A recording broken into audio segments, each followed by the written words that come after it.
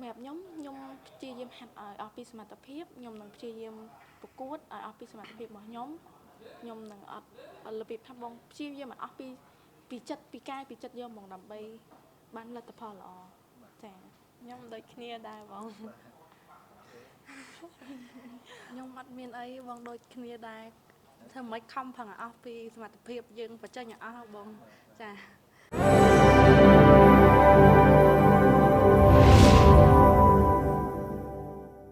ឈ្មោះផាលីកាមកពីកីឡាគុនដាវ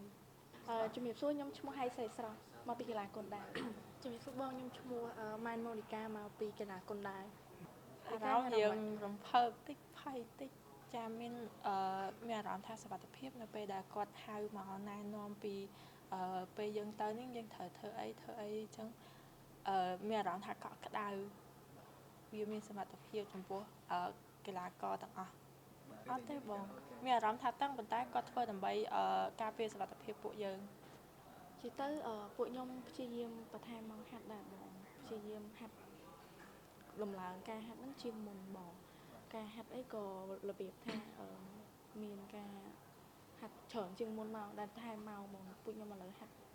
ម៉ោង3ដល់ម៉ោង7ហ្នឹងបងម្ដងអីធំតែ3ម៉ោង2ម៉ោងឥឡូវថែមដល់4ម៉ោងពួកយើង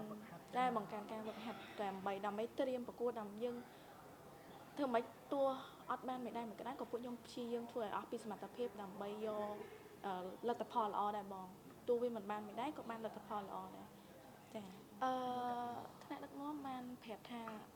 ឲ្យព្យាយាមអត់ធ្មត់តួរបៀបថាយើងទោះយើងចង់និយាយអីក៏យើងអាចទ្រាំសិនណាបងអញ្ចឹងទោះ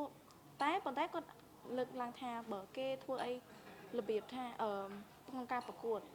រឿងបច្ចេកទេសរឿងអីយើងមានសិទ្ធិតវ៉ាបានបងដោយសារហ្នឹងជាបច្ចេកទេសការប្រកួតបើយើងអត់តវ៉ាមានន័យថាយើងធ្លាក់បងសម្រាប់ខ្ញុំ